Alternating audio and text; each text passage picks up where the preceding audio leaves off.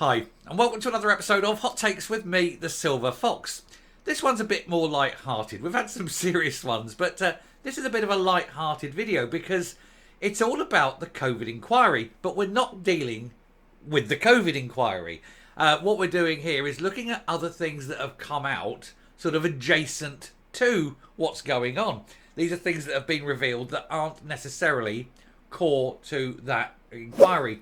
And one of them is a couple of sort of pieces of information that have been revealed that show Humza Yousaf is probably not suitable for the position he's in when you consider his views on the police, but also that he is incredibly petulant and childlike and has to resort to name calling. And when you are attacking a politician personally, he has won. If you cannot attack his argument, then you attack the man, because you know that only by attacking the man can you weaken him, because his argument is too good. And the result is you have this guy, Humza Yousaf, looking a bit of an idiot on one front, a bit dangerous on another front, and generally and overall a bit of a loser. But we'll take a look at these two things. They're not related. They just both came out, but I think they just kind of show exactly what Humza Yousaf is. So, here goes. So there we go. What a child this man truly is. Anyway, Humza Yousaf called the Police Federation a disgrace and a fellow MSP a T*T. Now, calling the Police Federation a disgrace when you are the Justice Secretary, first of all, it isn't a very good look. And secondly, you will have an awkward conversation later when you have to talk to these people, surely. Who knows? Now, this T*T, it could be anything, couldn't it? It could be twit. It could be tart. I think it's probably twat. However, given that he's talking about a Labour MP, it could be trot. Let's face it. But anyway, the First Minister, who was then the Justice Secretary, attacked the body representing Scottish police officers after it condemned politicians for picking sides in the statue protests. Yet rather than raising yourself above the law and saying we're not going to pick either side because both parties are breaking the law, and if you're picking one, then you are condoning the breaking of the law. And this is what the police were saying. But apparently that wasn't good enough for the idiot who was the Justice Secretary at the time. It's no wonder he failed at justice. He's failed at everything. But this is an example of why he fails. He does not read the room. He does not understand the views of things. He doesn't understand the implications. He has no foresight. And that is the problem. A lot of them don't. A lot of them don't see what's going to happen down the line. Anyway, Humza Yousaf once referred to the Scottish Police Federation as a disgrace, as he expressed frustration with its leadership during a WhatsApp message exchange the UK COVID inquiry has heard. Messages from June 2020 between Mr Yousaf and John Swinney was shown to the inquiry as the First Minister gave evidence on Thursday. The Scottish Police Federation represents the rank and file in Scotland, and at a time, Mr Yousaf was the Scottish Government's Justice Secretary. So this is the guy ultimately responsible for the police and relationships with the police and the way that the police are held and the rules that the police have to obey and all these things.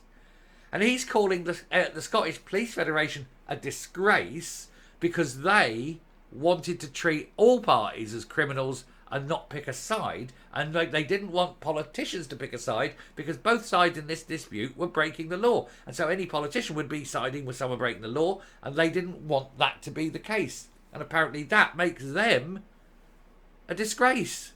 No, the disgrace is the MPs picking sides. Anyway, lead counsel to the current module of the inquiry, Jamie Dawson, read out the message exchange as it was displayed on screens at the hearing in Edinburgh. And it followed clashes in George's Square in Glasgow on June 18th, 2020 at a protest rally. National Defence League supporters went to the square saying they wanted to make a stand and protect the cenotaph from members of the No Evictions Glasgow group. It followed clashes across the UK. How's that going with those no evictions? Oh wait, they're evicting now, aren't they? You don't pay your rent, you're out. They didn't want that. They don't like the idea that you have to pay rent. Oh, well, no evictions. And they're all that, piss off. Anyway, this followed clashes across the UK anti-slavery protests linked to the BLM movement, which is now just a criminal movement. They've stolen all the money, all these idiots that gave them money and stood up for them. and now seen what they are. Crooks. But hey, what do you know? Anyway, this was all done with the statues being in Bristol, Edinburgh and other cities being vandalised. Remember the one in Bristol was thrown in and the police just stood there watching criminal damage as it happened and daring not to interfere because they have, like Humza Yousaf, no balls. Anyway, in the wake of the controversy, then SPF chairman David Hamilton criticised the SNP politicians for failing to condemn the actions of those who defy the law, adding there is no moral high ground to be claimed. He said right or left, green or blue, unionist or nationalist, statue wrecker or statue protector. Your side, he said, is as guilty as the other. And he's right. In the messages read out by Mr. Dawson, Mr. Swinney, who at that point was Deputy First Minister, said, I've just caught up with the latest insight into SPF thinking. And Yousaf said, they're a disgrace. Can he not spell? Right through this pandemic, they have shown an arrogance and retrograde thinking. Chief was livid last night. It would be good if he could learn to spell, I suppose, but hey, you don't expect much from him. He's not the brightest bear, is he? But it's arrogance and retrograde thinking to think that people breaking the law are wrong and should not be supported. Wow. What the hell does he want from the police? Of course the police have got to do that. Everyone who breaks the law, regardless whether you've got a cause or not, doesn't matter what side you are, if you're breaking the law, you're breaking the law. If you think it shouldn't be right and you want to take it to court and the court agrees with you, that's a different matter. But the police can only deal with the law as it is, and they have to treat both sides as lawbreakers. End of story. Let the courts decide. Anyway, Mr. Dawson asked Mr. Yousaf why he said the SPF was a disgrace, and the First Minister said, I was expressing frustration in a private conversation. Sometimes when you're venting to a colleague, you use language you regret. Well, no, it's not just that you're regretting the language, and I accept he probably does. The fact is he used it, and that's what he felt about the police when he was Justice Secretary. And that's why it's so bad. These are the reasons you have to resign. He explained that he did not always agree with the SPF leadership, who he felt were not being supportive of efforts to enforce pandemic regulations. Regulations that we now know from other evidence given prior to this were needless, pointless and damaging. So perhaps the police need to be given a little, tip hat. Anyway, and now we're just going to have a look at this one because this is where he was calling the MSP names, childishly calling them names. Callum Steele, who retired as SPF General Secretary last year, responded in a light-hearted manner on X. He tweeted at the former Labour MSP Neil Findlay, who Yousaf had referred to as an arsehole and a twat in other messages revealed by the inquiry, saying, should we start a support group? Mr. Findlay responded, I've booked on for therapy. He said, the fact that I was getting under his skin, meaning Humza Yousaf, by holding him to account is proof I was doing my job effectively. It's a badge of honour from the posh boy. Thanks, Humza. Poor old Humza Yousaf. Even when he attacks people and thinks he's big and hard, he still comes out as being a sad little loser. And he truly is, isn't he? He's like those guys. He's no different. He's a loser. What a sad sack he truly is. Calling people names because you lost an argument. It's all right for me. I'm not a politician. But for him, oh, what a sad sack, what a sack. I can call him anything I like. I'm not voted into office. I'm not in a position of authority. You call... I get... Some of the names I get called in the comments, and fine, I can zing them, but that's it. Can't stop people calling you them.